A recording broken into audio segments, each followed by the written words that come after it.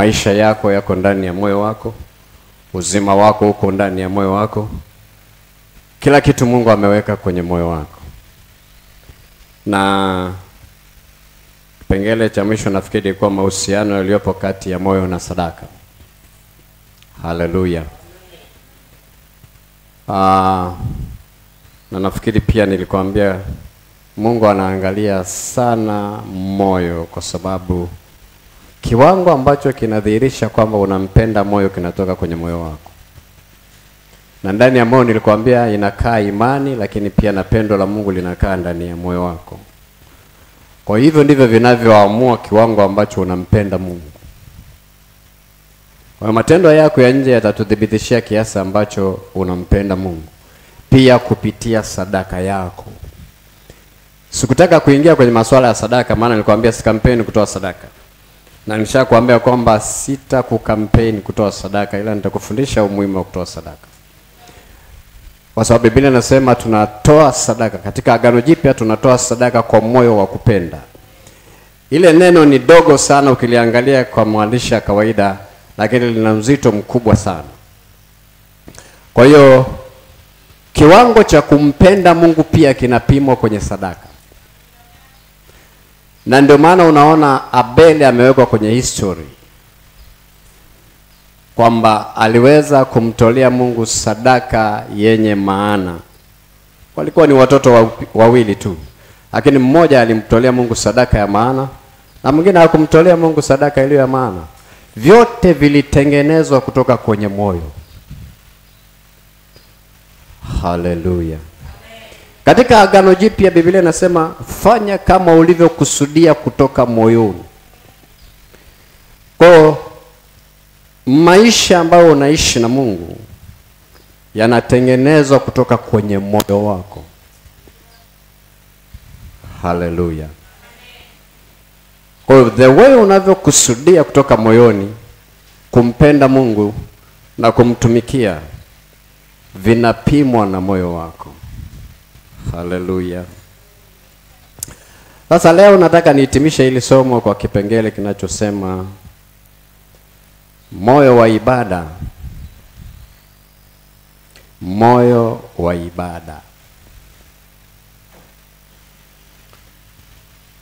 Moyo wa ibada.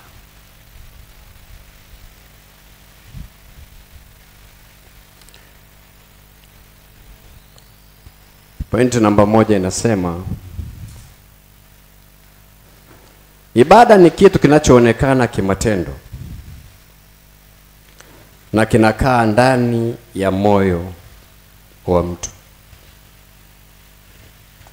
Ibada ni kitu kinachoonekana kimatendo na kinakaa ndani ya moyo wa mtu. Mfano wake,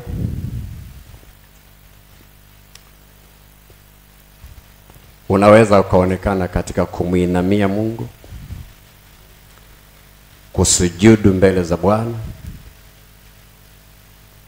kuinua mikono mbele za Bwana, kusifu na kucheza.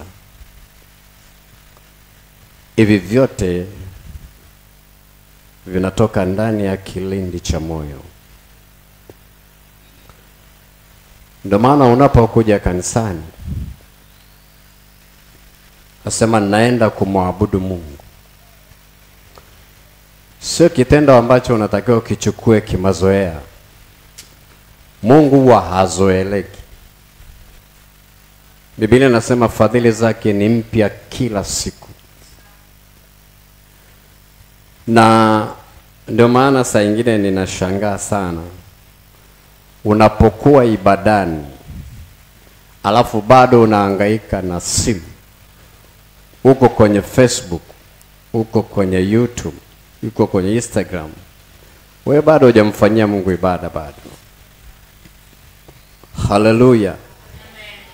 Nilishawafundisha tofauti ya dini na wokovu. Niliwafundisha vizuri sana. Sisi sio watu wa dini. Watu wa dini wanaweza wakafanya hayo, lakini sisi tumezaliwa mara ya pili. Ni viumbe vipya ndani ya Kristo. Sisi ni roho ambazo zinamwabudu Mungu katika roho na kweli. Na ukiona ibada yako haitoki kwenye vilindi vya moyo, basi utakuwa una shida. Moyo wako haujawahi kubadilishwa. Moyo uliobadilishwa unaacha kila kitu kwa ajili ya Bwana. Na ibada maana yake halisi ni nini? Ibada ni kumpa Mungu heshima ya hali ya juu, ikiambatana na mawazo yako, fikra zako, hisia zako, imani yako na upendo wako kwa Mungu. Ibada ni kumpa Mungu heshima ya hali ya juu, ikiambatana na mawazo yako, fikra zako, hisia zako, imani yako na upendo wako kwa Mungu. Haleluya. Hiyo ndio ibada. Unapokuja kanisani kumwabudu Mungu, vitu vingine vyote unaviswitch off, vinavyoendelea kwenye moyo, kwa sababu moyo ni kibebeo cha mambo. Moyo wako ni kibebeo cha mambo. Ndani yake imebeba mawazo, imebeba fikra, imebeba akili, imebeba hisia, ni moyo. Na kuna mahali Yesu alizungumza kitu akasema, angalieni mioyo yenu isije ikalemewa na ulafi na masumbufu ya maisha haya, hata siku ile ikawajia kama mtego. Pointi yangu ninayotaka kuzungumza hapo ni kwamba moyo unabeba mambo. Masumbufu ya maisha haya yanakaa kwenye moyo. Sasa moyo unaweza ukafika mahali ukalemewa. Umembeba Mungu ndani yako, yes. Umebeba imani ndani yako, yes. Lakini bado uko duniani. Na kwa sababu bado uko duniani, masumbufu yako pale pale. Mahangaiko yako pale pale. Maisha haya bado yanaendelea huko duniani. Na vyote huwa vinaenda kugonga kwenye moyo wa mtu. Na bado umembeba Mungu. Haleluya. Lakini inapofika saa ya kuja kumwabudu Mungu kanisani, wewe sio mtu wa dini. Haleluya. Biblia inasema tumtuke yeye fadhaa zetu zote, kwa maana yeye hujishughulisha sana na mambo yetu. Shida ni kwamba akili inashindwa kukataa kwamba kinachokusumbua Mungu anashughulika nacho. Haleluya.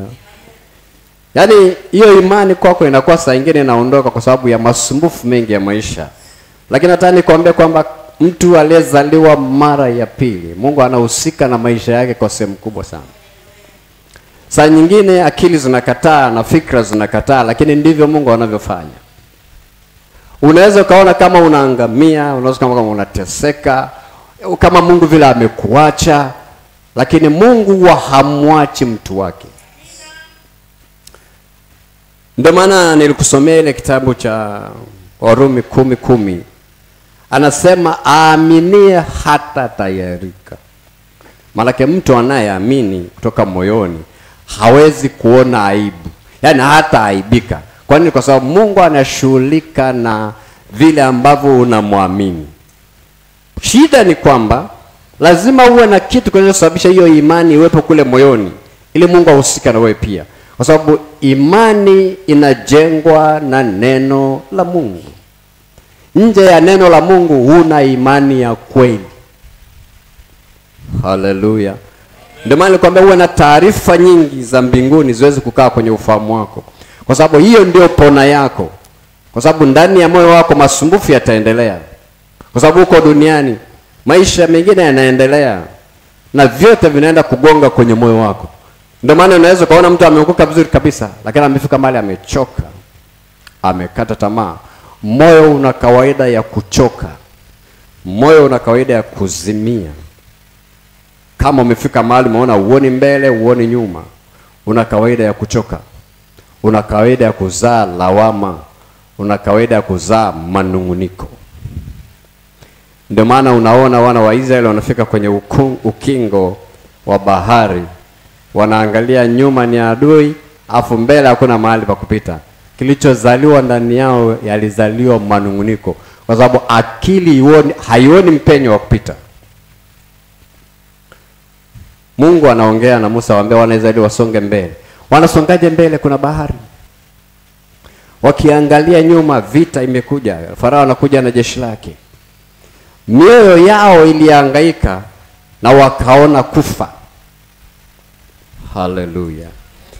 Lakini Mungu akamwambia Musa nini cha kufanya wana wa Israeli waweze kupita. Wakapita mahali ambapo akili ya mwanadamu ya kawaida haina matunda, hata wanasayansi hawana matunda. Lakini Biblia inatuambia maji yaligawanyika pande mbili na wana wa Israeli wakapita salama. Mungu anataka kutuonyesha nini? Mungu anataka kuonyesha kwamba Mungu hamwachi mtu wake, ila tunapofika kwenye kingo za namna hiyo, ndani yetu tunapata kama shaka, ndani yetu tunapata wasiwasi. Akitaka nikutie moyo siku ya leo ya kwamba Mungu hawezi kukuacha. Katikati ya mashaka ulionayo bado ni Mungu. Na wala usijihukumu kwa sababu ya mashaka na wasiwasi ulionayo. Hakuna mtu jemedari wa imani isipokuwa amepewa na Mungu. Narudia tena. Uwezo ukawa jemedari wa imani kama Mungu hajakupa. Hakuna kitu namna hiyo. Imani inakaa ndani ya moyo na inapigwa vita. Na ndio maana unamuona Paulo anasema nimevipiga vita vilivyo vizuri, mwendo nimeimaliza, imani nimeilinda. Alikuwa analinda tu uhakika aliokuwa nao kwa habari ya Mungu, kwamba bado Mungu anaweza akamtetea. Sio kipengele chepesi kwenye vita ya nafsi. Haleluya. Lakini Mungu bado anaweza akakuvusha kwa wewe ambaye umezaliwa mara pili. Bado Mungu anaweza akakutetea katika mazingira ya hali yoyote. Kwa unapokuja kanisani, lazima usahau mambo mengine yanayoendelea. Alafu umpe Mungu heshima ya hali ya juu.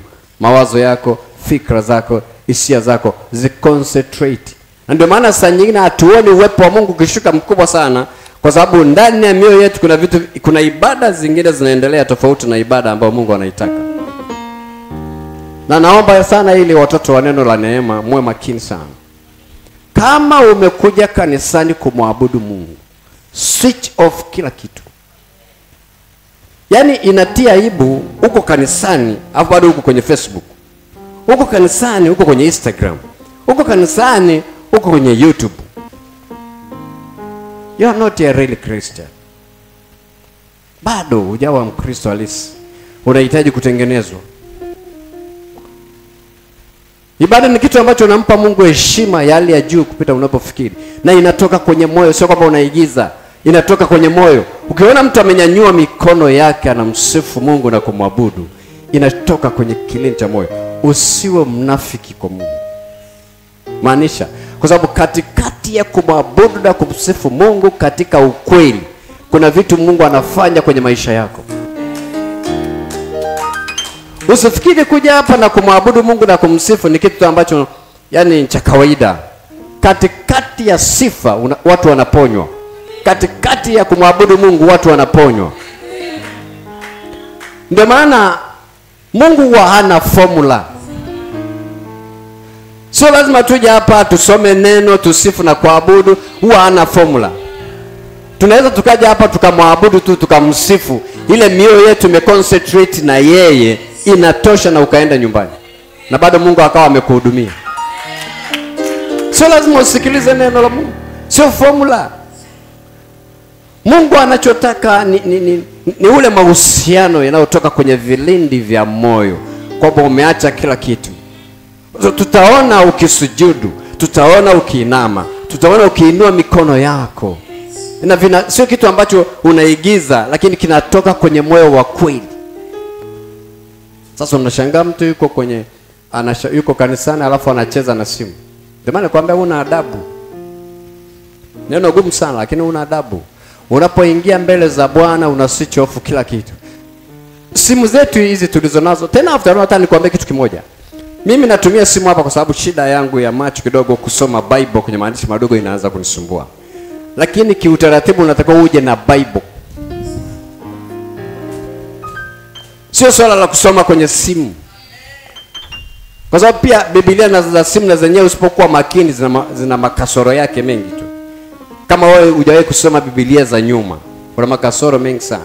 Kwa sababu Biblia imebebwa na lugha. Sasa kuna lugha zingine wameshazikosoa huko ndani. Jaribu kuja kanisani kama macho yako ya kusumbui, uje na Bible. Sio kama mnanielewa watoto wa neno la neema. Njoo na Bible. Kwa sababu unaweza ukaisoma. Hallelujah.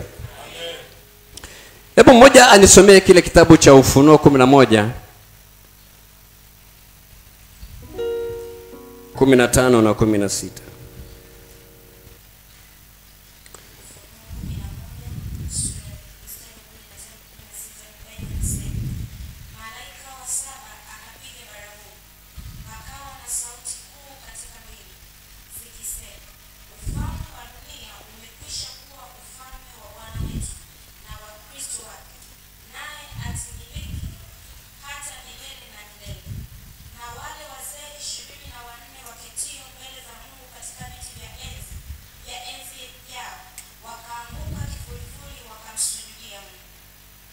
Hallelujah.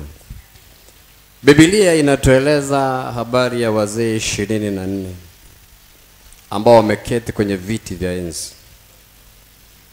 Biblia inatuambia baragumu ilipopigwa waliinama na kusujudu, wakampa Mungu heshima. Kwa hiyo mbinguni kuna watu ambao wanampa Mungu heshima, wamekaa kwenye viti vya enzi, wanaitwa wazee 24. Kusujudu ni ishara ya kumpa Mungu heshima. Kusujudu ni ishara ya kusarenda mbele za Mungu, kwamba Mungu, wewe ndiye Mungu na hakuna Mungu mwingine. Na hivi vinatoka kwenye kilindi cha moyo wa mtu. Hebu soma Nyakati wa Pili 20:18. Nazungumza moyo wa ibada. Nyakati wa Pili 20:18. Bible inasema, Yehoshafati akainama kichwa kifulifuli, wakaanguka mbele za Bwana, Yuda wote wakao Yerusalemu wakimsujudia Bwana. Unaona hayo maneno? Waliinama, wakasujudu, wakampa Mungu heshima yake. Ngoja nikwambie kitu katika masuala ya ibada na kumwabudu Mungu. Roho Mtakatifu ambaye anaishi ndani ya mioyo yetu ndiye mwenye dira na maisha tulionayo. Lakini pia yeye ndiye mwenye maongozi ya maisha tulionayo. Ndio na mama Biblia inasema yeye atakapokuja atawaongoza, hawatie kwenye kweli yote, na mambo yajayo atawapasha habari yake. Sikilize vizuri. Kama ni mtu ambaye unatembea na Roho Mtakatifu vizuri, katika masuala ya kumwabudu, kuna vipindi unaweza ukapita kwenye changamoto nyingi, misukosuko mingi kwenye maisha. Anayetusaidia namna ya kuenenda na kitu cha kufanya kwa wakati huo ni Roho Mtakatifu anayekaa ndani ya moyo wako. Amen. Ndio maana siku moja nikakwambia hivi, usiishi na Mungu kutegemea kwamba huwa anapita mlangoni tu. Sawa. siku akipita dirishani utaona ni shetani. Au siku akipita kwenye ukuta utamwona ni shetani. Kwa nini nakwambia kitu cha namna hiyo? Lazima umfahamu Mungu kwa mapana. Kinachotusaidia kumfahamu Mungu kwa mapana ni Roho Mtakatifu anaishi ndani yetu. Haleluya.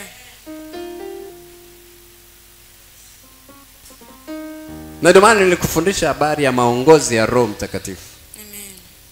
Lazima ufahamu namna ambavyo Roho Mtakatifu anaoperate ndani ya mtu. Anajua unapita kwenye misukosuko. Sawa. Anajua unapita kwenye kikaango fulani. Yes. Lakini kuna vitu ambavyo atakuletea wakati huo. Anaweza asikuletee neno. Au anaweza akakuletea neno kwenye moyo wako. Lakini anaweza akakuletea nyimbo za kukufariji. Hallelujah. Unashangaa ndani ya moyo wako. Kuna nyimbo, anaweza akakuletea nyimbo za kusifu. Sawa. Anaweza akakuletea nyimbo za kuabudu. Yes. Anaweza akakuletea neno. Inategemea wakati huo anataka kukusaidia kwa namna gani. Hallelujah. Lakini ameshaona mahali gani unapita. Kwa sababu wewe ni mali yake. Hawezi kukuacha. Anajua unakopita. Ndio maana lazima uwe makini sana. Uwe sensitive katika kumsikia Roho Mtakatifu kutoka ndani ya moyo wako. Shida ni kwamba uwezo wa kumsikiliza Roho Mtakatifu ndani yetu unakuwa mdogo. Yaani mioyo yetu inalemewa kiasi kwamba hatuoni maongozi ya Roho Mtakatifu ndani ya mioyo yetu. Unapita kwenye changamoto, yes. Unapita kwenye misukosuko, yes. Lakini Roho Mtakatifu anazungumza nini? Lazima ukae mahali utafakari na uwe mtulivu. Ndio maana saa nyingine unapopita kwenye misukosuko, tafuta mahali pa kumpa Mungu ibada pa utulivu.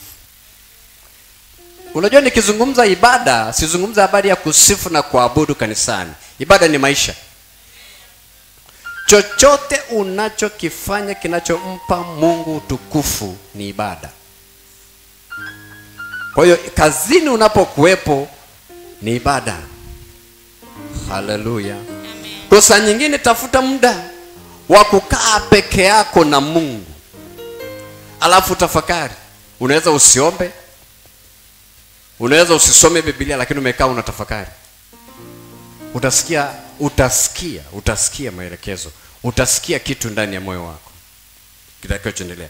Kama ni mtu ambaye una masikio ya kusikia, utasikia kitu kinachoendelea. Kuna kitu Mungu atazungumza na wewe. Kwa ibada ni kitu kipana. Lazima tufike mahali pa kumpa Mungu heshima ya hali ya juu katika kumsifu na kumwabudu unapokuja kanisani. Kuna watu ambao unajua kuna ibada ya Mungu aliye hai na ibada ya miungu. Yes. Kwenye ibada ya miungu watu wanampa miungu heshima ya hali ya juu sana. Na unapewa na masharti ya kufanya. Huwezi kwenda na wakati unafanya ibada za miungu kaenda na simu. Hakuna. Tena kwenye ile ibada ule kuhani wa miungu anawapa discipline. Unaenda pale kwa discipline. Hata simu huwezi ukaifungua saa hiyo. Sasa sisi tunamwabudu Mungu wa kweli. Why not hatuwezi kumpa heshima? Sisi sio watu wa dini. Sisi tumezaliwa mara ya pili. Sisi tumebeba wokovu. Yes. Sisi ndio tunajua kufa na kufufuka kwa Yesu maana yake ni nini. Na kama tunajua habari ya kufa na kufufuka kwake, basi mioyo yetu inatakiwa impe ibada halisi. Amen. Ya kweli kutoka kwenye vilindi vya moyo. Hallelujah. Ndio maana Yesu anasema saa ipo na saa inakuja. Waniabudu halisi wataniabudu katika roho kweli. So watu walikuwa wanaabudu chini ya milima. Watu walikuwa wanaabudu kwenye majengo. Sasa jengo halina maana tena kama wewe una imani ndani ya hilo jengo. Nataka nikwambie, nishakwambia tena. Sawa. Eneo la kuabudu is not an issue. Ila wewe ndio mtu wa maana. Yes. Hata kama utasali chini ya mti, Yes. lakini unamwabudu Mungu katika roho na kweli, uwepo wa Mungu unakuja pale pale. Hallelujah. Nguvu za Mungu zinakuja pale pale. maadamu umeufungua moyo wako ukampa heshima yake.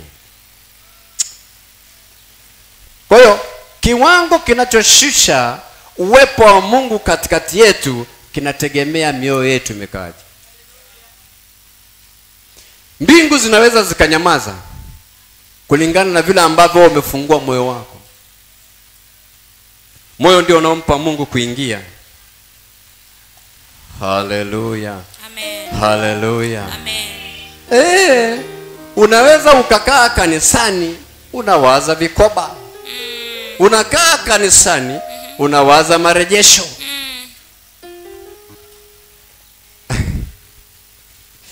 Huko hapa lakini kinachoendelea kwenye moyo, moyo huo huo umebeba vikoba, moyo huo huo umebeba marejesho, moyo huo huo umebeba maisha yako ya kila siku, moyo huo huo umebeba penzi la Mungu. Hasa kipi kinachukua nafasi kubwa? Haleluya. Amen. Ndio maana nakwambia ndani ya moyo wako pendo la Mungu limeshamiminwa na Roho Mtakatifu. Lakini ndani ya moyo kuna kitu kinachoitwa imani. Imani kazi yake ni kuwa na uhakika wa mambo unayoyatarajia. Katikati ya misukosuko ya mambo, sio kama unanielewa vizuri, katikati ya dhoruba, katikati ya meli kupata dhoruba. Yes. Misukosuko inakuja na bado imani iko kwenye moyo. Tunaenda sawa? Amen. Ushindi wa misukosuko inategemea uhakika ulionayo na Mungu aliyeko ndani ya moyo. Kwa unaweza ukaja kanisani, ni kweli unadaiwa vikoba, marejesho unadaiwa. Lakini lazima mwambie vikoba kaa pembeni. Sawa. Marejesho kaa pembeni. Sawa. Nitakutana na wewe baadaye. Yes. Unampa Mungu heshima ya ibada. Yeah. Alafu unashangaa ukitoka ibadani, inapigwa simu, ulikuwa hela kupeleka kwenye marejesho, unashangaa unapata hela kupeleka rejesho. Amen. Kwa sababu Mungu, Biblia inasema hujishughulisha sana na mambo yetu. Haleluya. Amen. Haleluya. Amen. Ngoja nikupe mfano wa kwetu sisi. Mahali fulani tulipita wakati wa mkopo. Huyu mama alikuwa anafanya biashara na alikopa, na mkopo ulikuwa mgumu sana, lakini ule mkopo haukuwahi kumpunguzia spidi ya kumtumikia Mungu. Tena mimi nilikuwa namshangaa. Wakati fulani mimi nilikuwa ninapata tabu, lakini hata siku moja tulikuwa tunadaiwa na hatuna hela ya kulipa, fika mahali na sisi akili haina matunda, lakini haikuwahi kumzuia spidi ya kumtumikia Mungu kwa sababu ya marejesho. Haleluya. Amen. Bado imani yake ilikuwa ni thabiti, aliendelea kumtumikia Mungu. Haleluya. Na Mungu akatuwezesha tukamaliza ule mkopo. Usione ni kitu rahisi wakati umefika mahali unadaiwa na benki, alafu hujui cha kulipa, na nyumba yako uliyoweka benki ilikuwa ndio hiyo, alafu anataka kuinadia mnada. Hello, unayo hiyo moja, alafu benki anataka kuipiga mnada. Unapoenda kumwabudu Mungu na kumsifu Mungu, usipokuwa makini, kitakachokuwa kinaendelea ndani yako ni nyumba kuuzwa. Unapata wapi hela? Tuko hapa tunakuona umekaa. Yes. Lakini ukweli ndani ya moyo wako kinachoendelea ni benki. Haleluya. Amen. Haleluya. Amen. Lakini bado tuliendelea kumwabudu na kumsifu Mungu kama vile hamna kitu kinachoendelea. Na Mungu alitusaidia tukamaliza ule mkopo kwa namna ambayo haikuwa ya kawaida. Kwa hiyo Mungu hujishughulisha na mambo yetu. Kazini mambo hayaendi vizuri, biashara haiendi vizuri, yes, ndivyo ilivyo. Huo ndio ukweli. Lakini ndani ya moyo wako umebeba kitu kinachoitwa kweli. Kweli ina nguvu kuliko ukweli. Sasa hiyo ni vita kubwa kwenye moyo wa mtu. Haleluya. Amen. Unaweza kufika hapa namna ya kusujudu, namna ya kunyanyua mikono haipo. Moyo umechoka, kata tamaa. Lakini bado Mungu wetu huwa hatuachi. Katikati ya mashaka bado ni Mungu, katikati ya wasiwasi bado yeye ni Mungu. Pointi namba 2, andika: unapozaliwa mara ya pili, moyo wako lazima ubadilike. Uache tabia za kale na kubeba tabia mpya. Unapozaliwa mara ya pili, moyo wako lazima ubadilike. Uachane na tabia za kale na kubeba tabia mpya. Una kitu nataka tujifunze kwenye kitabu cha Marko sura ile ya 7.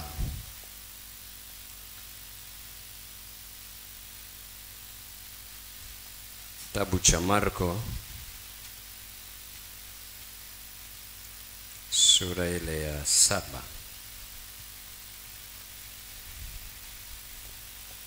Mstari ule wa 21.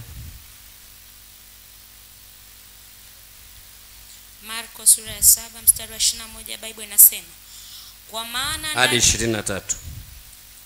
Marko 7:21 hadi 23, Biblia inasema, kwa maana ndani ya mioyo ya watu hutoka mawazo mabaya, uasherati, wivi, uuaji, uzinzi, tamaa mbaya, ukorofi, hila, ufisadi, kijicho, matukano, kiburi, upumbavu. Haya yote yaliyo maovu yatoka ndani, nayo yamtia mtu unajisi. Naomba urudie tena. Marko sura 7 mstari wa 21 hadi 23, Biblia inasema, kwa maana ndani ya mioyo ya watu hutoka mawazo mabaya, uasherati, wivi, uuaji, uzinzi, tamaa mbaya, ukorofi, hila, ufisadi, kijicho, matukano, kiburi, upumbavu. Haya yote yaliyo maovu yatoka ndani, nayo yamtia mtu unajisi. Hallelujah. Amen. Nataka nizungumze vitu viwili. Nimezungumza vitu vingi hapa, lakini nataka nizungumze vitu viwili. Nataka nizungumze habari ya kitu ambacho anazungumza, kwa maana ndani ya mioyo ya watu hutoka mawazo. Alafu nataka nizungumze kipengele cha mwisho, anasema kiburi na upumbavu. Sasa nataka nizungumze upumbavu na mawazo.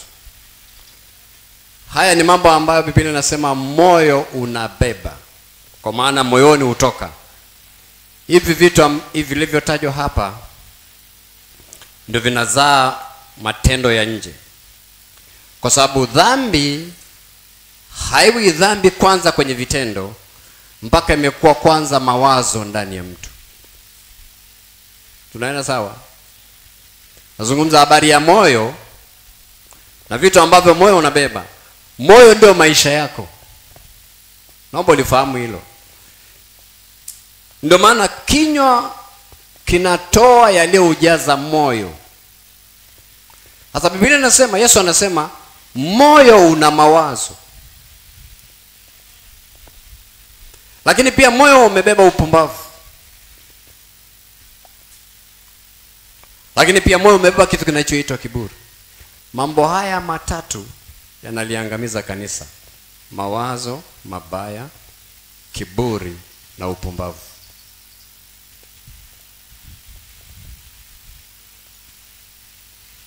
Mawazo mabaya yanatengenezwa na nini?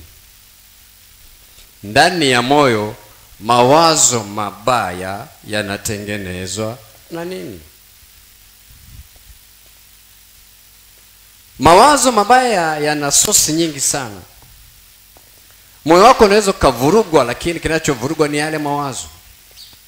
Inategemea na kitu kilichokuja cha kuvuruga moyo wako, kinachozaa mawazo. Ukipewa, ndio maana nilisema hivi, moyo unaharibiwa kwa maneno, lakini pia unaweza ukajengwa na maneno. Ndio maana kwetu sisi watu ambao tumeoa na kuolewa, ndoa nyingi sana zimekufa kwa sababu ya mioyo kuharibiwa. Na ndio maana nilikufundisha nikamwambia madhara ya kuharibika kwa moyo yanaenda mpaka kwenye afya yako. Afya yako inaathirika kwa sababu ya kuathirika kwa moyo. Huu moyo unaogonga damu, unaosukuma damu, unaweza ukaharibika kwa sababu ya moyo wa kiroho unaokufundisha. Haleluya, haleluya. Ukiwa na mawazo sana ambayo hayana majibu, yanaweza kukutengenezea kitu kibaya. Ndio maana nasikia wengine moyo umetanuka. Haleluya, Amen. Kwa nini? Kwa sababu moyo una mawazo aidha ya uchungu au ya ghadhabu au ya hasira. Yes. Na hivyo vitu vimesababishwa na maneno aidha ulioyapata au vitendo mtu alivyokutendea. Ndio maana nikakwambia kwamba sisi watu tuliokoka, kati ya vitu ambavyo shetani anapambana navyo ni kuhakikisha kwamba mioyo yetu haina amani ya kutosha. Ndio maana kwenye ndoa zetu tunakoishi lazima tujifunze kuneneana maneno mazuri, kwa sababu moyo ni kama benki, moyo ni kama shamba. Utakachoweka ndicho utakachovuna, ndicho utakachotoa. Sasa mawazo mabaya ndani ya mtu huwa yanazima ibada ya kweli mbele za Mungu. Mawazo mabaya ndani ya mtu yanaziba ibada ya kweli ndani ya mtu. Na ndio maana ukishakuwa na mawazo mabaya ndani ya mtu, uwezo kauona udhihirisho wa nguvu za Mungu ndani ya moyo wako, uwezo kaona. Kwa sababu moyo wako una mawazo mabaya. Sio kwamba hutakuja kanisani. Unakuja kanisani na unasifu na unaabudu, lakini hutaona mpenyo wa Roho Mtakatifu kwa kiwango ambacho Mungu anataka wewe uwe nacho. Utaona kwa sehemu kidogo.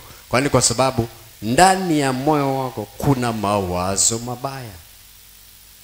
Unaweza ukamwazia mume wako vibaya, unaweza ukamwazia mke wako vibaya, unaweza ukamwazia rafiki vibaya, lakini pia hata kazi yako mwenyewe unayoifanya unaweza ukaiwazia vibaya, biashara yako ukaiwazia vibaya.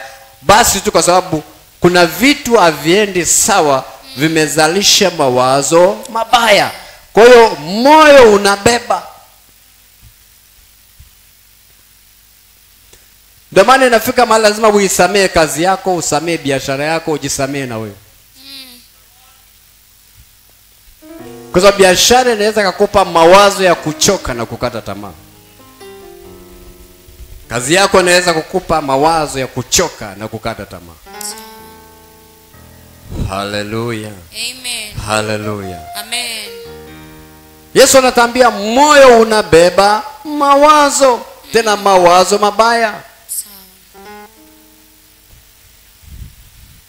Kwa ndio maana lazima uende mbele za Mungu kila wakati kuomba kwa ajili ya moyo wako. Omba kwa ajili ya akili zako. Omba kwa ajili ya fikra zako. Ombea hisia zako. Kwa sababu hivyo vitu vinashambuliwa kiasi ambacho watu wanaishi lakini hawaishi. Kuna watu ambao ndoa zao zimeathirika kiasi ambacho wanatembea, unaona kama wanaishi lakini hawaishi. Kuachana kwa wanandoa huwa kuanzi leo.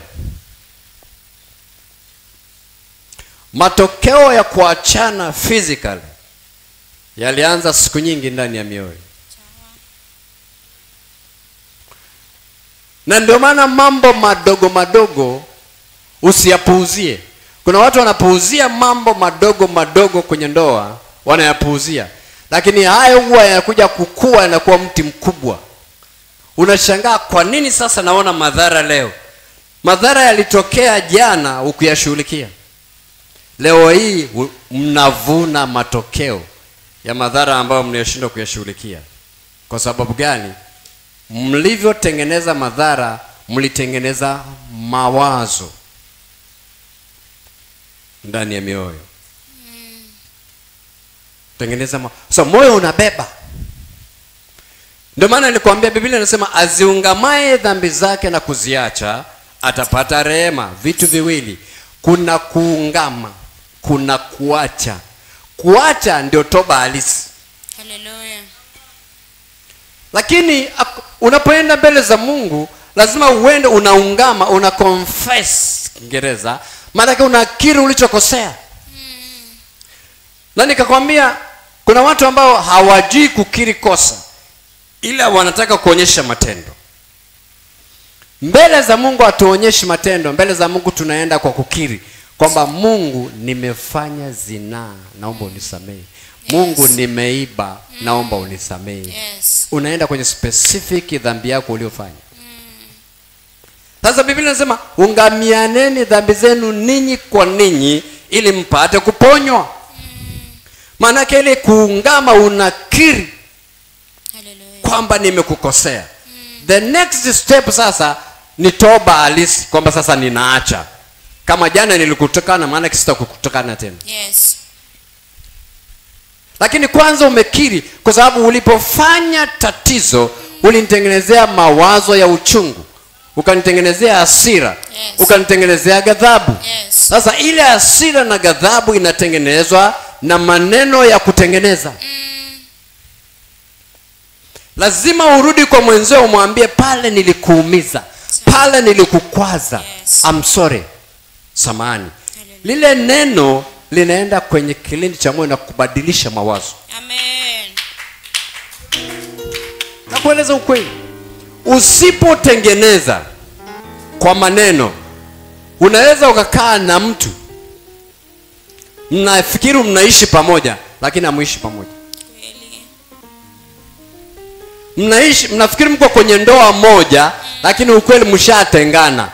Siku mnatengana kihalisia, mnashangaa imekuwaje. Lakini mlitengenezeana tangu awali. Yes. Nimekuwa nikitafakari sana, kwa nini ndoa nyingi zinaharibika huku juu?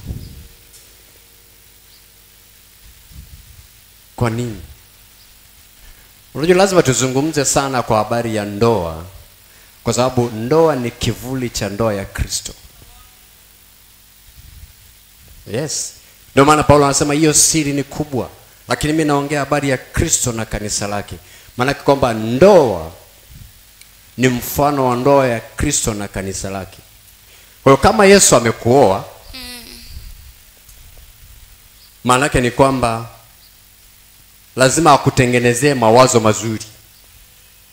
Na ndio maana kwamba Yesu ameshatupa mawazo yake, na vile ambavyo anatakiwa mke wake aishi, na vile ambavyo mke wake anatakiwa aenende. Yeye alishaweka utaratibu. Haleluya. Amen. Kwa hiyo mke kama atashindwa kuenenda na taratibu ambazo mume wake anataka aendane nazo, mke akiachwa asipige kelele. Hello. Kwa sababu Yesu ni bwana harusi, sisi ni mabibi harusi. Haleluya. Amen. Sasa fikiri, unatengenezwa kila Jumapili umfae bwana harusi, na bwana harusi unatengenezwa kwa mujibu ya principles za bwana harusi ambazo yeye ameziweka. Ndio maana atufundishi nje ya neno la Mungu, kwa sababu wewe ni bibi harusi. Tunataka tukutengeneze kwa sifa ya bwana harusi. Sasa fikiri, bibi harusi amekataa kutembea kwenye kanuni za bwana harusi. Sasa ukiachwa hapa inakuwaje? Utapiga kelele? Sio kwamba hakuna harusi, hata na ndoa inaweza ikafa. Huo ushirika unaondoka. Sema tu uzuri mmoja wa bwana harusi wa Yesu ni kwamba pendo lake ni kubwa kuliko la wanadamu. Haleluya. Amen. Hajui kuacha, anajua kuoa. Hiyo tu ndio tofauti ile. Haleluya. Yesu kama bwana harusi wa kanisa, anajua kuoa, lakini hajui kuacha. Amen. Ndio maana alisema wajao kwangu sitawatupa nje. Wewe ndio utajitoa, lakini sio yeye. Haleluya. Na ndio maana ukijitoa bado anakufuata. Uko wapi? Yes. Ni mwanaume pekee ambaye anajua kuoa, hajui kuacha. Haleluya. Wengine wote wanajua kuacha. Sawa.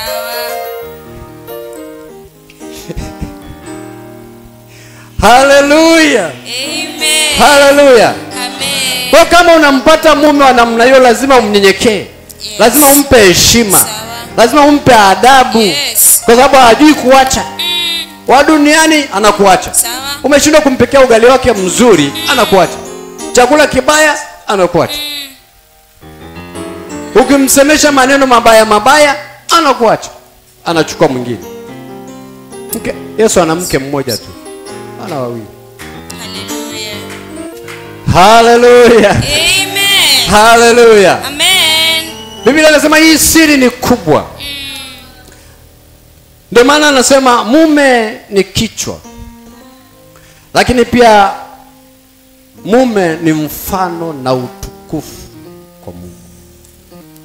Mke ni utukufu kwa mume. Kuna siri kubwa hapo. Sina muda wa kuisema sasa hivi. Haleluya. Amen. Sio kila mwanaume ana sifa hiyo. Wanaume wote tunaoa. Sawa. Na shida ni kwamba watu wanaoa lakini hawajui kwa nini wanaoa. Haleluya. Amen. Yaani watu wanaoa lakini hawajui kwa nini wanaoa. Ingelikuwa unajua kwa nini unaoa, usingeachana na mwenzio. Na nataka nikushauri, kama hujui maana ya kuoa, usioe wala usiolewe. Sawa. Kuoa au kuolewa sio swala la tamaa za mwili. Sawa. Ni zaidi ya hapo. Sawa. Mnanielewa vizuri? Amen. Naongea taratibu sana. Tena nondo za milimita 18. Nakueleza ukweli. Kama hujui kwa nini unaoa au kuolewa, naomba usifanye. Acha. Ndoa ni zaidi ya tamaa za mwili. Sasa kuna watu wengine wanafikiri kwamba kuoa au kuolewa ni tamaa za mwili. Kuna saa tamaa za mwili hazipo. Sawa. Kwa kama hazipo, mnaachana. Kuna saa hamna kinachoendelea. Sawa. Kwa hamna kinachoendelea, mnaachana. Ndoa imebeba kusudi la Mungu. Haleluya. Lazima ufahamu hilo. Amen. Ndoa hii ya mwilini hii imebeba kusudi la Mungu. Amen. Kwa lazima ufahamu. Kwa kama unaingia ukifikiri kwamba tamaa zako za mwili zinaenda kuisha. Halo. Halo. Halo. Halo. Ndoa ni zaidi ya tamaa za mwili. Amen. Mwenzio anaweza akapata tatizo, hamna kinachoendelea, kwa hiyo mtaachana. Halo. Halo. Mtaachana? Hapana. Watu wametafuta michepuko hapo. Kwa nini? Kwa sababu ya kitu kinachoitwa mwili. Mwili unatengeneza kitu kinachoitwa mawazo mabaya, yanaenda kwenye moyo. Yakisha kwenye moyo, unaacha imani, unaacha pendo la Mungu, unaliacha. Unamwacha Yesu huku unampenda. Uzuri wake tu ni kwamba bado atakutafuta. Ni mwanaume asiyejua kuacha. Haleluya. Haleluya. Amen. Kitu kingine, kitu kinachoitwa upumbavu ni kitu kibaya sana. Kitu kinachoitwa upumbavu, my lord, sio ujinga, upumbavu. Ndio maana Biblia inasema mwanamke mpumbavu huibomoa nyumba yake mwenyewe. Sawa? Mwanamke mpumbavu huibomoa nyumba yake kwa mikono yake mwenyewe. Upumbavu unakaa kwenye moyo. Ndivyo Biblia inavyotuambia. Unatoka kwenye moyo. Na upumbavu sio ujinga. Biblia inasema watu wangu wanaangamizwa au wanaangamia kwa kukosa maarifa. Sasa fikiri, siku moja nilikuambia hivi, hapa kanisani tunafundishana maarifa ya Mungu. Kwa hiyo tunakupa elimu ya Mungu, tunakupa ujuzi wa Mungu. Yaani wewe kama bibi harusi, labda niingie kwa mfano huo ndio utanielewa vizuri, kwa sababu wewe ni kanisa, wewe ni mwana wa Mungu, wewe ni mwanafunzi wa Kristo, lakini pia wewe ni bibi harusi. Haleluya. Bibi harusi tunamtengeneza kila siku, kila wakati aweze kumfaa bwana harusi ambaye ni Yesu. Tunampa maarifa. Lakini ukisoma kitabu cha Mathayo sura 25 utaona habari ya wanawali 10. 5 wapumbavu na 5 wenye busara. Wote walikuwa wanamsubiri bwana harusi. Wote wanasubiri bwana harusi aje. Lakini kilichotokea ni kwamba kulikuwa na 5 wenye busara ambao waliendelea kumsubiri bwana harusi mpaka arudi. Hawakuchoka, hawakukata tamaa. Lakini wale wengine mafuta yao yalizimia. Haleluya.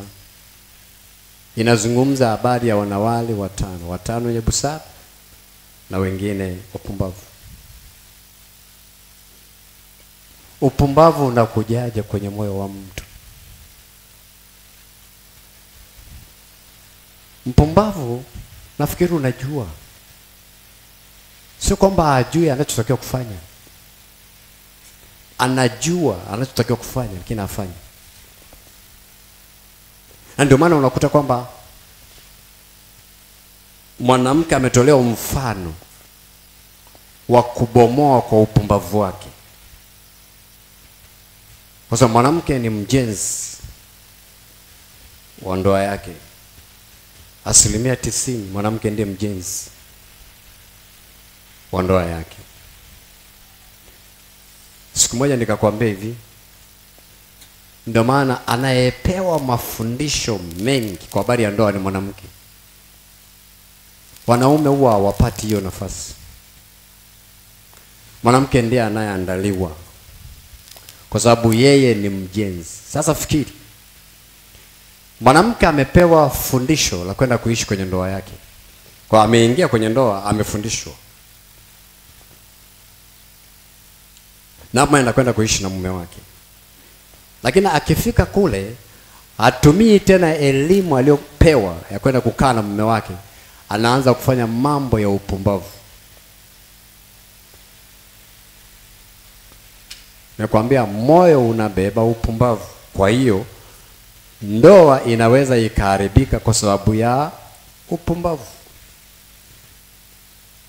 Na sio tu sasa ndoa ya mwilini, lakini hata ndoa ambayo tumefunga sisi na Kristo inaweza kuharibika, tukaachwa na huyu mwanaume kwa sababu ya upumbavu. Ndio maana amesema habari ya wanawali 10. 5 wenye busara na 5 wana nini? Mbona mnamumunya mdomo? Siongee vizuri. Wapumbavu wote walikuwa wanamsubiria bwana harusi. Kwa hiyo kinachotuambia hapa, Swala sio bibi harusi kujiandaa. Sawa. Swala ni wakati bwana harusi anakuja, atamkuta bibi harusi amekaaje. Kwa unaweza ukajiandaa miaka yako yote, sawa, lakini saa ya bwana harusi kuja kuchukua bibi harusi ana kasoro. Hayuko kwenye sifa ambazo bwana harusi anataka. Lakini pia inawezekana bibi harusi amechoka. Na kwa sababu amechoka, taa yake imezima. Halo.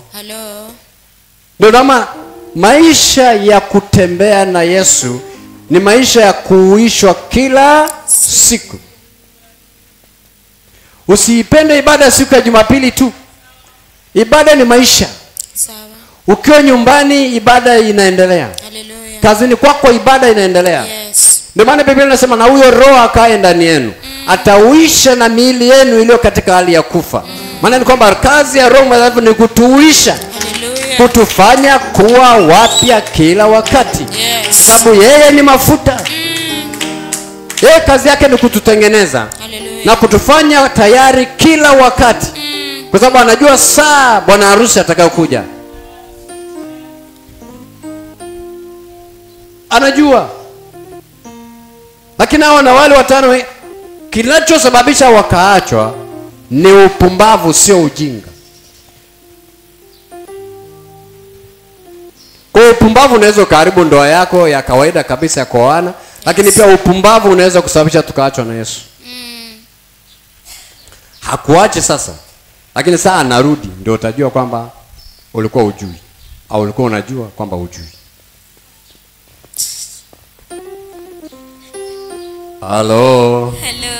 Wajua lazima tuelezane mambo magumu kwa sababu kumpenda Mungu sio issue ya kundi. Yes. Personal issue. Sawa. Kwa tunapokuja kanisani, unakuja mtu mmoja mmoja anayempenda Mungu. Anayependa kumwabudu Mungu. Yes. Anayependa kumsifu Mungu. Yes. Sio swala la kumwangalia fulani anacheza na mimi ndio naamka nicheze. No. Ni kitu ambacho kitoke ndani ya moyo wako kwamba ninampenda Mungu. Yes. Naenda kumwabudu Mungu. Hallelujah. Ukija na moto na huyu akija na moto, moto unakuwa mkali zaidi. Yes. Kwa sababu una moto na mimi unaniambukiza moto. Hallelujah. Tena hii lugha ya kuambukiza usipende. Usipende ni kuambukize. Uje na moto wako. Yes. Kwa nini unapenda mimi nikuchochee moto? Njoo na moto wako. Sawa. Na mimi nije na moto wangu. Yes. Halafu tutengeneze cheche. Hallelujah. Halafu tulipue bomu. Hasa unataka mimi nije hapa? Mimi nimekuja na moto. Halafu unataka mimi moto wangu nikuambukize. Unaninyonya. Sawa. Biblia inasema hivi, tafuteni kuwa na amani na watu wote. Na huo utakatifu ambao hakuna awezaye kumwona Mungu asipokuwa nao. Anasema mkiangalia sana, shina la uchungu lisije likachipuka na kuwatia wengi unajisi. Unaweza ukaja kanisani na shina la uchungu. Alafu unataka kuniambukiza. Mimi nimekuja na moto, wewe una shina la uchungu. Nataka kurukaruka, unaniambukiza uchungu. Uchungu unaambukiza. Sawa na usingizi. Unaweza ukaona mwenzio analala hapo tayari na wewe ikakuambukiza ukaanza kulala. Hallelujah. Amen. Bwana, mbona muda unaenda namna hii? He? Jamani, nazungumza habari ya Mungu. Nataka nihitimishe ile somo leo. Hallelujah. Amen. Hallelujah. Amen. Uje na moto kanisani, utengeneze moto toka nyumbani. Yes. Hata kwenye ndoa zetu haya mambo yapo hivyo hivyo. Kila mmoja awe na moto. Sio siku ya ndoa, kesho moja nitazungumza. Amen. Kuna watu wanataka kuchochewa moto. Wenyewe hawana moto. Sasa unategemea nini? Nataka kunizima moto. Mimi moto unawaka. Na wewe lazima moto uwake.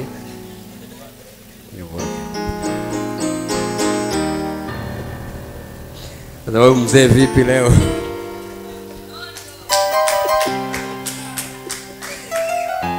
ndoa ya mwilini ni kivuli cha ndoa ya Kristo. Tusitegeane tafadhali sana. Uwe na moto na mimi nina moto. Haleluya. Hebu mshangilie Bwana Yesu.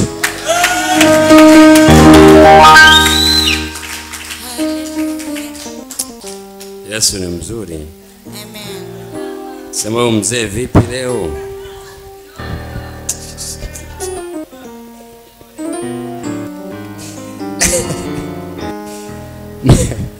Moyo umebeba upumbavu, umebeba mawazo.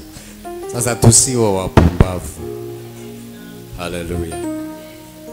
Tusiwe wapumbavu. Umepewa elimu ya kwenda kuishi na mke au na mume, kaitumie. Kaitumie. Kwa sababu kuna siku itaharibika, utajuta.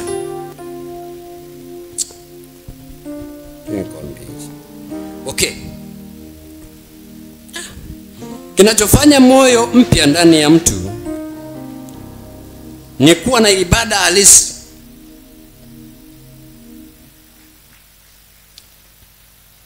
Kinachofanya moyo mpya ndani ya mtu ni kuwa na ibada halisi na kweli ya Mungu kukaa ndani yako. Kinachofanya moyo mpya ndani ya mtu na kuwa na ibada halisi ni kuwa na kweli ya Mungu ndani yako. Manake neno la Mungu ndani ya moyo wako. Kitabu cha Yohana sura ya 4 mstari wa 24. Kitabu cha Ibrania 10:21 hadi 22.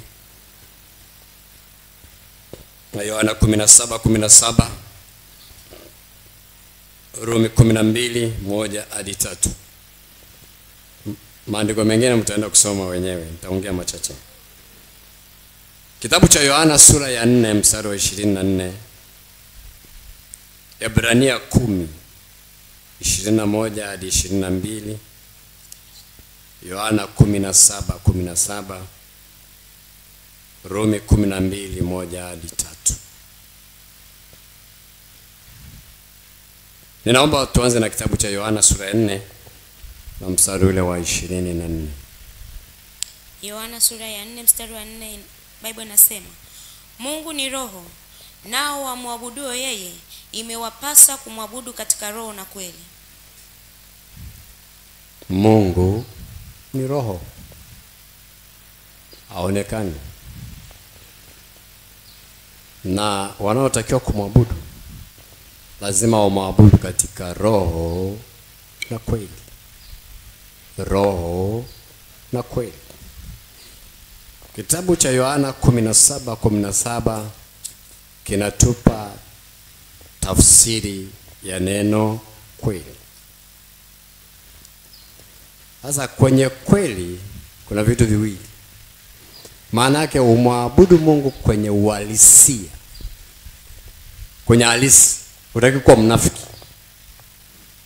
Unaabudu kwenye uhalisia kutoka kwenye vilindi vya moyo. Lakini pia unamwabudu Mungu kwa sababu kweli ilishatengeneza moyo wako. Kwa sababu Biblia inasema, kitabu cha Yohana 17:17 anasema, watakase kwa ile kweli. Neno lako ndilo kweli. Kwa hiyo kama neno ndilo kweli, na Yesu alikuwa anaomba watakaswe. Kutakaswa maana yake kutengwa. Haleluya. Amen. Maana yake kutengwa kwa ajili ya. Ndio maana sisi Mungu ametutenga katika ulimwengu huu ili tuweze kumwabudu. Ili tuweze kumsifu. Tumpe ibada, ametutenga. Sasa hajaishia tu kututenga na dhambi, lakini pia ametutakasa. Sasa namna ambavyo Mungu anatutakasa, neno la Mungu ndilo linaleta utakaso. Haleluya. na unapolisikia huwa linagonga moja kwa moja kwenye moyo. Uwezo kawa nje tofauti na ulivyo ndani ya moyo. Nje yako itatudhihirishia namna moyo ulivyo. Haleluya. Hasa kinachofanya upya ndani ya mtu, kinachoondoa makorokoro kwenye moyo wa mtu, ni kiwango ulichompa Mungu nafasi kweli yake iweze kuingia. Kwani watu wangapi ambao wameokoka na bado wanafanya zinaa? Si wengi. Ndio. Kwani zinaa ipo kanisani? Ipo. Si ipo? Ndio. Tena saa nyingine kwa kiwango kikubwa. Ipo. Hasa Biblia inasema zinaa inatoka kwenye moyo. Sawa. Kwa sababu kitendo cha zinaa kiwe kitendo, lazima kiwe kwanza mawazo ndani ya mtu. Na ndio maana zinaa sio kitu cha bahati mbaya. No.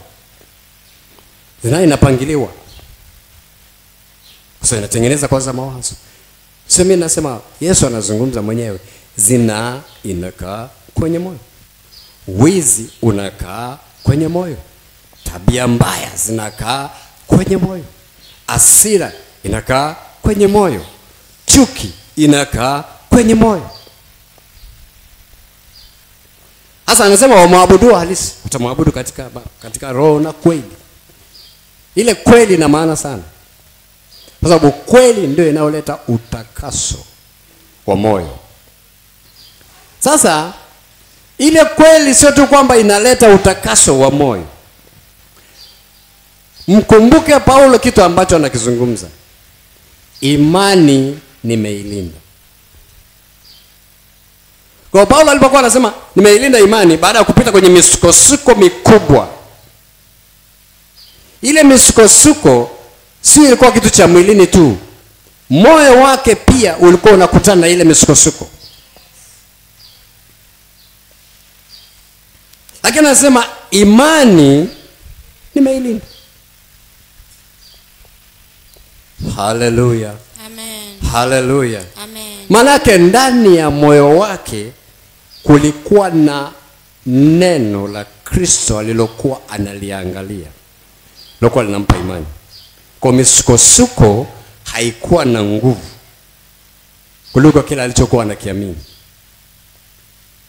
Hallelujah. Amen. Hallelujah. Amen. Walikubali neno limtengenezee uvumilivu, limtengenezee saburi.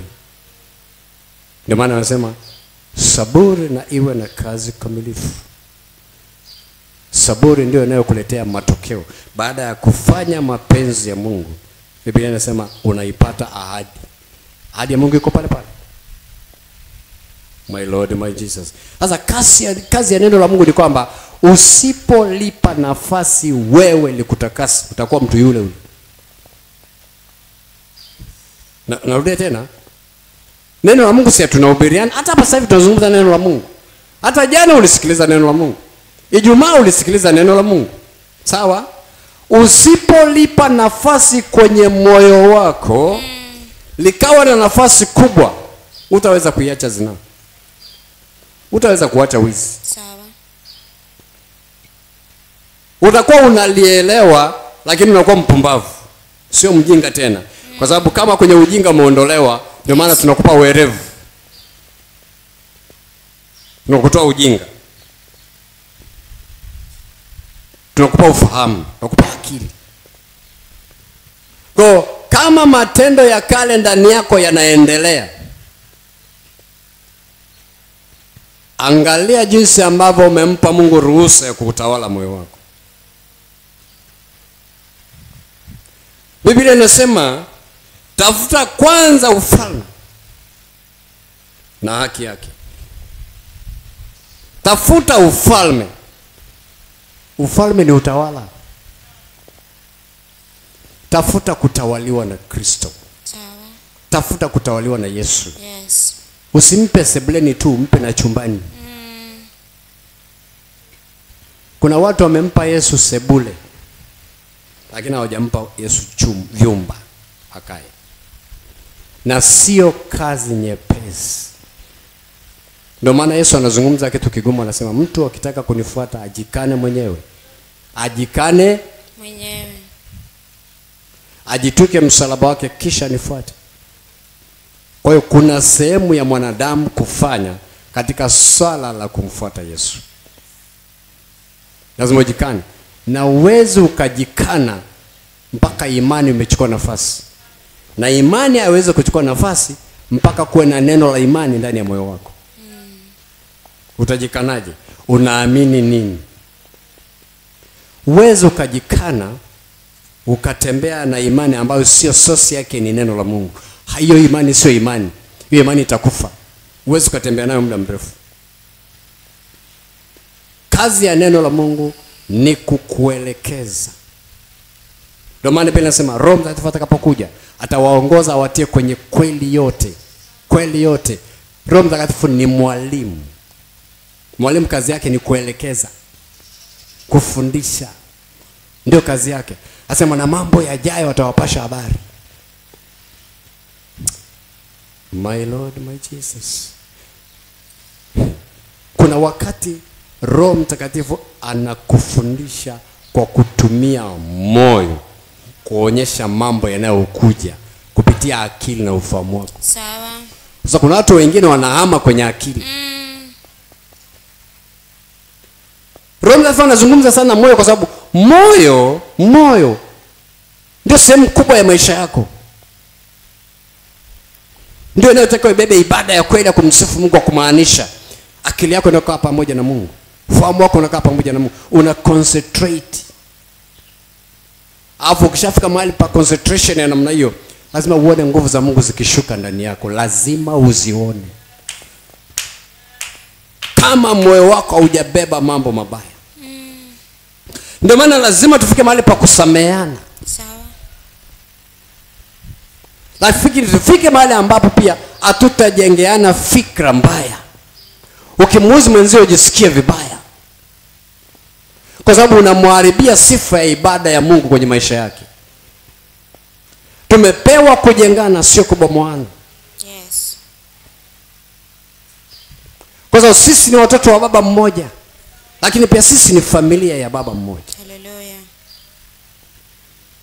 Hallelujah. Amen. Ibada ya kweli halisi inatoka kwenye moyo.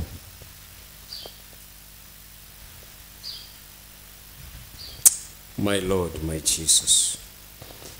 Kitabu cha Ibrania 10:21 hadi 22.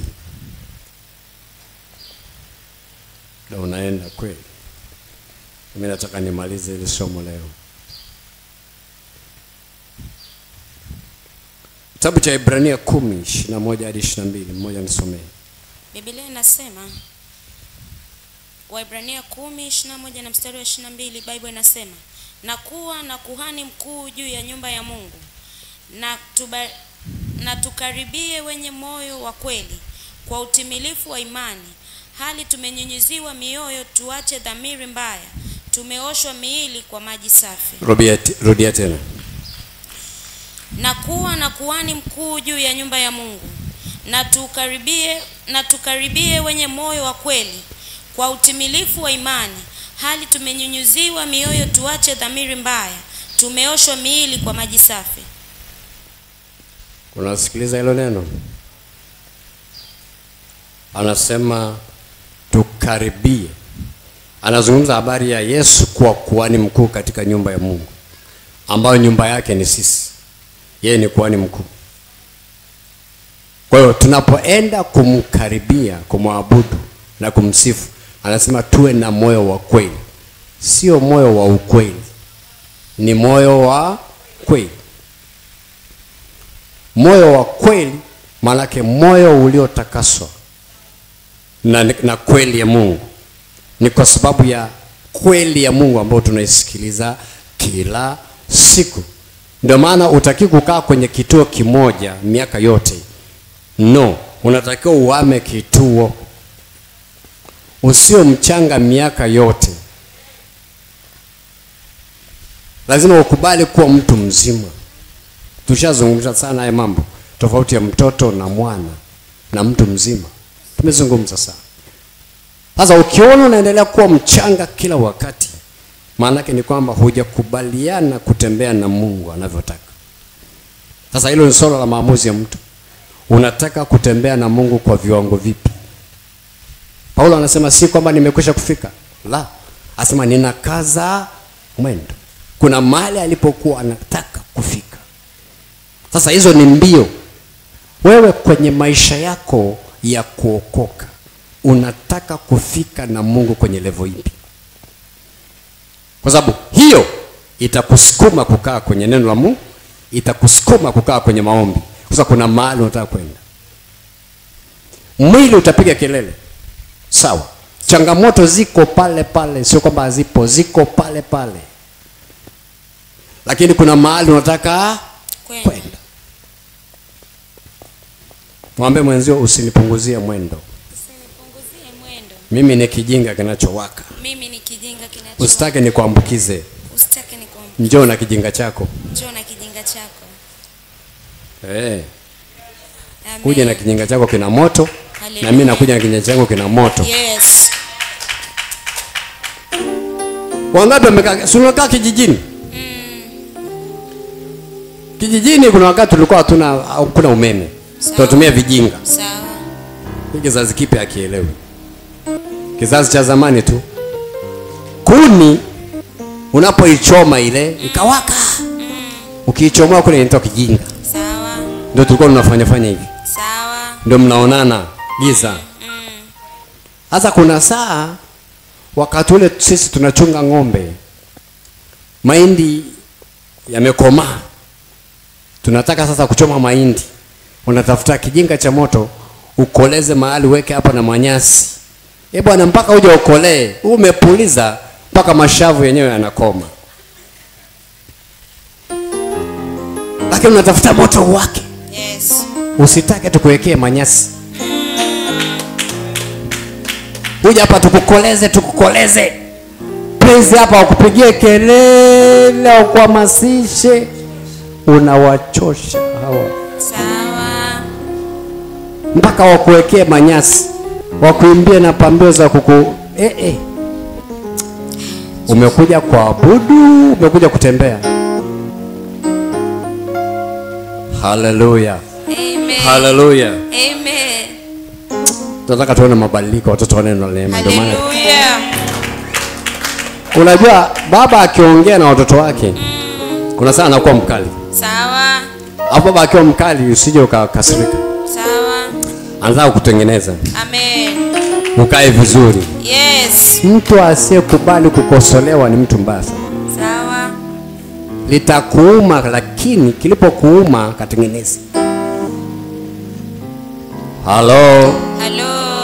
Sinipige mawe kama Bartimayo. Nani yule alimpiga mawe? Ni Stefano. Si mkanipiga mawe. Baba leo amekuja na mambo mazito. Unaenda. Nilisoma alishi, nataka nimalize. Niletea pause.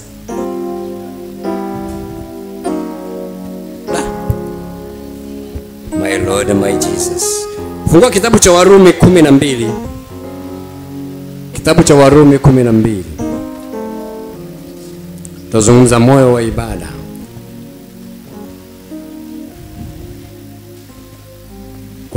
Moja hadi tatu. Warumi 12 mstari wa kwanza hadi wa 3, Biblia inasema: Basi ndugu zangu, na wasihi kwa huruma zake Mungu, itoeni miili yenu iwe dhabihu iliyo hai, takatifu, ya kumpendeza Mungu, ndio ibada yenu yenye maana. Wala msiifuatishe namna ya dunia hii, bali mgeuzwe kwa kufanya upya nia zenu, mpate kujua hakika mapenzi ya Mungu yaliyo mema, ya kumpendeza na ukamilifu. Kwa maana kwa neema niliyopewa nawaambia, kila mtu aliyoko kwenu asinie makuu kupita ilivyompasa kunia, bali awe na nia ya kiasi, kama Mungu alivyomgawia kila mtu kiasi cha imani. Haleluya. Amen. Umeona, ulikuwa unasoma pamoja na msomaji? Mara kama mnaniangalia machoni tu, na wao usome. Lazima ufanane na wale. Biblia inasema kuna watu walikuwa wanaitwa Waberoya. Waberoya walikuwa na wenyewe wanaenda kuangalia, je, hayo mambo ni kweli? Usio msharika, sio mtafiti, nawe katafiti. Haleluya. Amen. Maisha ya kumwabudu Mungu ni maisha ya kujidhabihu. Unajidhabihu. Lakini pia kuna kitu anasema hapa, tusifatishe namna ya dunia, bali tugeuzwe nia zetu. Nia inakaa kwenye moyo. Tuweze kuyafahamu mapenzi ya Mungu. Uweze ukayafahamu mapenzi ya Mungu katika kumsifu na kumwabudu mpaka nia yako imebadilishwa kutoka zamani kuja kwenye upya. Upya ndio unaofahamu mapenzi ya Mungu ni nini. Kuzaliwa mara ya pili. Mkristo aliyezaliwa mara ya pili ndiye anayejua mapenzi ya Mungu. Ambaye hajazaliwa mara ya pili hajui mapenzi ya Mungu, hajui ibada, hajui maana ya kumwabudu Mungu.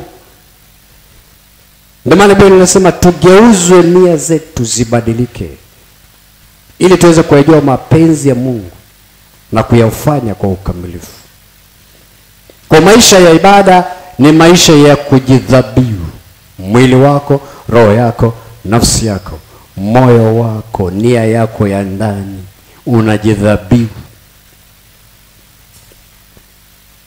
Kasome Agano la Kale, dhabihu zilikuwa zinafanywaje? Zilikuwa zinateketezwa kwenye madhabahu. Kwa hiyo katika Agano Jipya unapojidhabihu, unajiteketeza, unajipoteza. Siko mnanielewa? Amen. Unajipoteza ndani ya Kristo. Kwa sababu upotei. Unajipoteza lakini upotei. My Lord, my Jesus. Okay. Nimeshaeleza hapa kutekaswa maana yake nini? Kutakaswa maana yake kutengwa. Kwa Mungu anayetenga mawazo yako na kila uharibifu. Kwa hiyo pointi namba moja, neno la Mungu linakutakasa, kukutenga na uovu. Namba mbili, neno la Mungu linazaa imani ndani yako. Kitabu cha Warumi 10:17. Neno la Mungu linamimina pendo la Mungu ndani yako. Namba 4, linafanya moyo wako kuwa safi. Tusome Zaburi ile ya 24 mstari wa 3 hadi ule wa 4. Zaburi 24:3 na 4. Zaburi 24 mstari wa 3 na 4, Biblia inasema, ni nani atakayepanda katika mlima wa Bwana? Ni nani atakayesimama katika patakatifu pake? Mtu aliye na mikono safi na moyo mweupe, asiyeinua nafsi yake kwa ubatili, wala hakuapa kwa ila. Naomba urudie tena. Na kila mmoja asome hapo. Zaburi 24 mstari wa 3 na 4, Biblia inasema, ni nani atakayepanda katika mlima wa Bwana? Ni nani atakayesimama katika patakatifu pake? Mtu aliye na mikono safi na moyo mweupe, asiyeinua nafsi yake kwa ubatili, wala hakuapa kwa hila. Biblia inauliza ni nani atakayepanda katika mlima wa Bwana? Nani atakayepanda? Aliye na moyo mweupe na mikono safi. Unapomwendea Mungu katika kumwabudu, katika kumsifu, kaenda kumuomba, umeenda kwenye mlima wa Bwana, either unaenda kwenye maombi, whatever unachotaka kwenda kufanya, Biblia inasema lazima uwe na moyo safi na mikono safi. Moyo mweupe na mikono safi, kwa sababu mikono, anapozungumzia mikono ni utendaji. Moyo, mikono yako itafanya kile ambacho kinakaa kwenye moyo. Kumtumikia Mungu ni kitendo. Tunapomtumikia Mungu, tunamtumikia Mungu kwa moyo safi. Na kinachofanya kuwa moyo safi ni kwa sababu ile neno ambalo Mungu ameliweka ndani yako. Ndio maana anasema watakase kwa lile neno lako, watakase kwa ile kweli, neno lako ndilo kweli. Ndio kitu ambacho Yesu alituombea, tutakaswe. Maana yake tufanye kuwa safi. Usiporuhusu Mungu aondoe makorokoro kwenye moyo wako, moyo wako utaendelea kuwa wa zamani wakati umeokoka. Haya ni maamuzi ya mtu. Sitegemei tena mtoto wa neno la neema kuwa kanisani na huko anachezea simu. Yaani sitegemei baada ya somo hili kuona mtu akiwa kanisani alafu anacheza na simu. Sawa. Wewe umekuja kufanya maigizo. Hujaje kuabudu. Tunataka tukija hapa tuone udhihirisho wa Mungu. Haleluya. Na udhihirisho wa Roho Mtakatifu. Yes. Ndio tunachokitafuta. Daudi anasema ninakuonea kiu kama ayala yaoneavyo shauku mito ya maji. Alikuwa na kiu. Lakini Daudi amepita kwenye misukosuko mingi mno, kwenye depression na stress za hali ya juu. Akasema ninakuonea kiu, moyo wangu unakuonea kiu. Hakuna mtu ambaye unasoma kwenye Biblia akupita kwenye machangamoto za maisha, hayupo. Na wote waliwezeshwa. Okay. Shetani anachowinda ni moyo wako. Shetani anachowinda ni moyo wako, kuharibu fikra zako, mawazo yako na yamkini hata hisia zako. Kitabu cha Wakorintho wa pili 11 mstari wa 3. Wakorintho wa pili 11 mstari wa 3, Biblia inasema, lakini nachelea kama yule nyoka alivyomdanganya Hawa kwa ila yake, asije akawaharibu fikra zenu, mkauacha unyofu na usafi kwa Kristo. Rudia tena mamangu. Lakini nachelea kama yule nyoka alivyomdanganya Hawa kwa hila yake, asije akawaharibu fikra zenu, mkauacha unyofu na usafi kwa Kristo. Usafi na unyofu ni vitu ambavyo vinakaa ndani ya moyo. Kuna kitu ambacho Paulo anatuambia hapa. Ina maana pale bustanini walitengenezwa watu watakatifu kabisa. Wametengenezwa watu ni watakatifu. Lakini pamoja na utakatifu waliokuwa nao, Shetani alichowinda ili kufanya uharibifu, aliwinda fikra zao. Aliwinda mawazo yao. Aliwinda akili zao. Na alipowin akawaondolea neno la Mungu, akawawekea maneno yake. Ndio alikwambia moyo unaweza ukabomolewa na maneno na ukajengwa neno. Hao watu walikuwa ni fresh, hawajui dhambi, lakini walianza kuijua dhambi baada ya fikra zao na mawazo yao kuingiliwa na Shetani.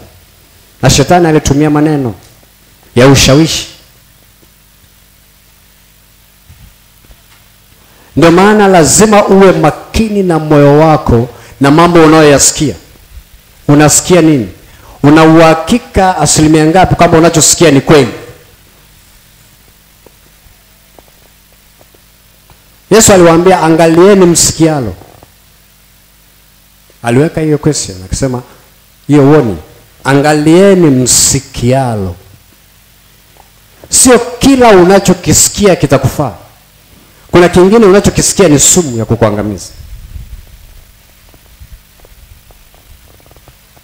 Hallelujah. Amen. Fikra, aliwinda fikra, aliwinda mawazo. Na obvious mtu akitaka kukuharibia maisha, anaharibu fikra zako, anaharibu mawazo yako, hakuharibu. Ndio maana hata saa nyingine watu mnaweza mkagombana, mke na mume mmegombana, afu bado mnaenda ibadani, hamjatengeneza.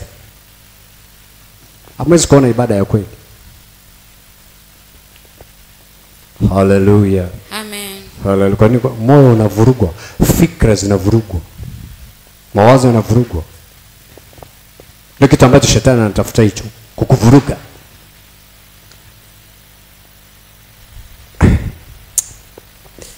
Hao watu walikuwa watakatifu kuliko unavyofikiri. Hawajui dhambi. Lakini shetani alipenya.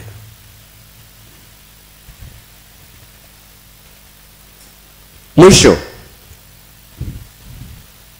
moyo safi ndio unaomfunua Mungu kwenye maisha ya mtu. Moyo safi ndio unaomfunua Mungu kwenye maisha ya mtu.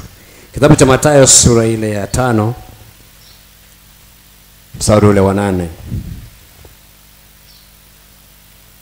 Na Timotheo wa pili sura ya 2 na mstari ule wa 22. Mathayo 5, msomaji wangu nisomee mstari ule wa 8. Mathayo 5 mstari wa 8, Biblia inasema, heri wenye moyo safi, maana hao watamwona Mungu. Heri wenye moyo Safi, maana hao watafanya nini? watamwona Mungu. Sasa kumwona Mungu sio kwenda mbinguni. Kwa sababu inawezekana ukawa na notion kwamba nikiwa na moyo safi ndio naenda mbinguni. Moyo safi, ukiwa na moyo safi utaona madhihirisho ya Mungu hapa hapa duniani. Haleluya. Moyo wako ukiwa safi utaona udhihirisho wa Mungu kwenye maisha yako na kwenye kazi zako na kwenye mipango yako, kwa sababu moyo wako ni safi. Hauna ubaya, huna dhamiri mbaya, huna hila moyoni. Ni Mwisraeli kweli kweli. Sema mimi ni Mwisraeli kweli kweli, asiye na hila moyoni. Timotheo wa pili 21:22. Nataka tumalize hapo sasa. Nafikiri nitakuwa nimehitimisha ile somo. Timotheo wa pili sura ya 2 mstari wa 21 mpaka 22. mpaka 22, Biblia inasema, basi ikiwa mtu amejitakasa kwa kujitenga na hao, atakuwa chombo cha kupata heshima, kilichosafishwa, kimfaacho Bwana, kimetengenezwa kwa kila kazi iliyo njema. Lakini zikimbie tamaa za ujanani, ukafuate haki na imani na upendo na amani, pamoja na wale wamwitao Bwana kwa moyo safi. Pamoja na wale wamwitao Bwana kwa moyo safi. Hasa kuna vitu vinne katika hii mistari. Kuna kitu anazungumza haki, kuna kitu anasema imani, kuna kitu anasema upendo, kuna kitu cha nne anasema amani. Hapa anamalizia moyo safi. Tafuteni kwa bidii kuwa na amani na watu wote, na wao utakatifu ambao hakuna awezaye kumwona Mungu asipokuwa amani. Hakuna mtu asiyependa amani, si ndio? Halo? Kuna mtu asiyependa amani? Amani, unapokuwa na amani kwenye maisha, hata mwili unaonyesha kwamba huyu mtu ana amani. Halo? Usipokuwa na amani, yes, utapaka mafuta yote, utajipamba kwa lipstick zote, sawa, zitachuja, utaonekana, hazitaonekana. Yes. Kwa nini? Kwa sababu moyoni una amani. Mafuta ya kweli yanayotengeneza maisha ya mtu kwenye mwili ni amani ya kweli, ni mafuta. Kwa hiyo mwili hautengenezwi tu na mafuta ya nje, lazima kule nyuma ya pazia kule kuwe na amani. Kama una amani, my dear friend, ni kama mtu aliyekaa kwenye kikaango, na sura yako itatuonyesha. Umepaka mafuta lakini hayakolei. Kwa nini? No peace in your mind. Kuna amani kwenye moyo wako. Yes. utaenda saluni zote, Sawa. lakini sura itatuambia maisha yako hayana amani. Haleluya. Amen. Sasa amani inatengenezwa na kitu kinachoitwa haki, inatengenezwa na kitu kinachoitwa imani, inatengenezwa na kitu kinachoitwa upendo, ndio kinazaa amani. Kwa sababu katika upendo Biblia inasema pendo alimfanyii jirani kitu kibaya. Kweli. Ndio maana Biblia inasema pendo ni kifungo cha ukamilifu. Ndio maana wanasema kati ya watu ambao wamepewa kazi ngumu sana ni wanaume. Wanaume tumepewa kazi nzito. Unaambiwa upende kama vile ambavyo Kristo amelipenda. Fikiri kanisa lenyewe tu linapokaa kwenye uchizi.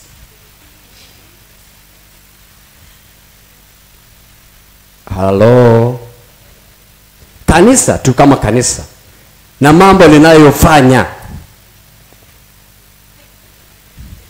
Ndio maana nakwambia huyu mwanaume tuliyempata anaitwa Yesu ni wa tofauti. Sawa. Yeye anajua kupenda, anajua kuacha. Sawa. Haleluya, nimekwambia hicho kitu. Sasa sisi wa duniani ambao tumepewa kuwa wanaume tumepewa kuwa mfano wa Kristo. Ndio maana kwa kweli Yesu alitakiwa atupe moyo wake. Haleluya. Haleluya. Amen. Maana unaweza ukakutana na mwanamke chizi.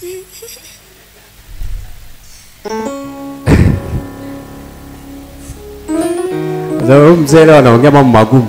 Unaweza ukakutana na mwanamke chizi. Sawa. Ukakutana na mwanamke ambaye ndani ni dume. Wewe ni dume na yeye ni dume. Haleluya. Amen. Haleluya. Amen. Unapandisha msuli na yeye apandisha msuli. Sasa unajiuliza hapa mwanaume nani? Unatamani umwache. Na hapa ndio watu wengi sana. Unajua naongea haya mambo nafikiri ni masiara, lakini yako kwenye reality sana. Ndio maana kati ya vitu ambavyo wanaume hawataki ni kelele. Sawa. Lakini pia hakuna mwanaume anayetaka mwanamke anayeshindana naye. Sawa. Mwanamke ambaye anashindana na mwanaume unaweza kukaa kama vile umemvumilia tu, lakini moyo haupo. Halo. Halo. Halo. Halo. Jamani, tunaongea ukweli. Amen. Sisi wanaume ndivyo tulivyo. Lakini pia ninaamini hata na Yesu hataki watu wenye makelele. Sawa. Hata na Yesu apende watu wanaoshindana naye. Na imani Yesu apendi. Amina. Nani anaweza akashindana na Yesu? Amina. Yesu alishasema kwenye maneno yake, na wewe unaanza kusema ya kwako. Hawezi kuelewana. Kweli. Sasa sisi wanaume tumepewa, Bishop, tumepewa kazi ngumu sana kupenda. Akiwa chizi umpende, akiwa kama dume umpende. Hapo ndio watu wengi hapa wana collapse. Lazima siwezi kuendelea na hii biashara. Ukisema naye anasema. Wanaume wengine anakuambia azungumzi tena, anakaa kimya. Linakaa moyoni.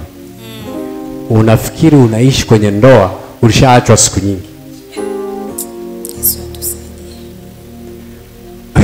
Sicheze na kitu kinachoitwa moyo. Moyo una vyumba vingi kiasi kwamba inaweza kufika mahali ambapo mtu akakufungulia chumba hiki alafu hiki akazima.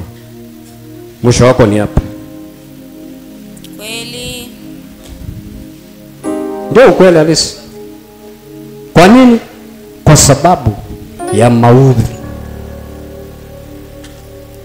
Hata Yesu anawezekana akawa hivyo hivyo. Unapofanya vitendo vya kumuudhi, kuna mahali anaweza akakufungulia mlango, saa nyingine mahali akakufungia. Mpaka utengeneze. Kweli. Ukitengeneza, unaona tena fursa anakujia. Amani inatengenezwa na haki, inatengenezwa na upendo. Kwa hiyo watu wanaozungumza habari ya kitu kinachoitwa amani lazima wajue kwamba kuna kitu kinachoitwa upendo, kuna kitu kinachoitwa haki. Haki. Na haki inalindwa na kitu kinachoitwa sheria. Ndio maana mwanamke ana haki kwa mume wake na mume ana haki kwa mke wake. Na ndio maana tunapooana tunapewa vyeti hivi. Siku hizi hawatoi cha kanisa wanatoa kimoja. Sisi tulipooana tulipewa viwili, cha kanisa na cha serikali. Wewe unafikiri kwa nini serikali iliingilia kati kwenye masuala ya ndoa? Haya ni mambo ya kimungu, lakini serikali ikaingilia kati. Iliingilia kati kwa sababu watu wameshindwa kuishi kimungu. Na kwa sababu wameshindwa kuishi kimungu, lazima zitengenezwe sheria za kuwasaidia watu. Umemnyima mwenzio haki, ataenda mahakamani ataidai haki. Kwa hiyo unapata adhabu ya mwili. Peleka gerezani. Kashika adabu kwanza. Halo. Halo. Simama kwa miguu yako.